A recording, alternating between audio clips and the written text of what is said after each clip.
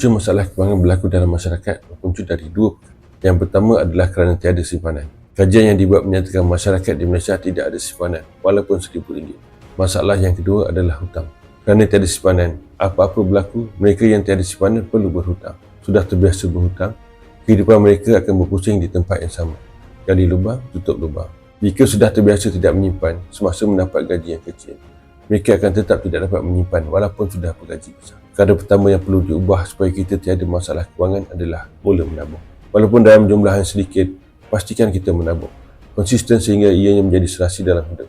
Jika sudah sebati, kita akan rasa kekok jika kita tidak menabung. Itu adalah tanda-tanda bahawa kita sedang berubah ke arah yang lebih baik. Jika mahu lebih baik, menabung dengan emas.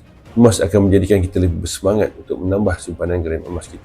Teruskan menabung sehingga kita dapat menutup semua hutang yang sudah dibuat sebelum ini. Nak mula menabung emas? Fabigo telah sediakan platform yang terbaik. Ianya termurah, termudah dan patuh syariah.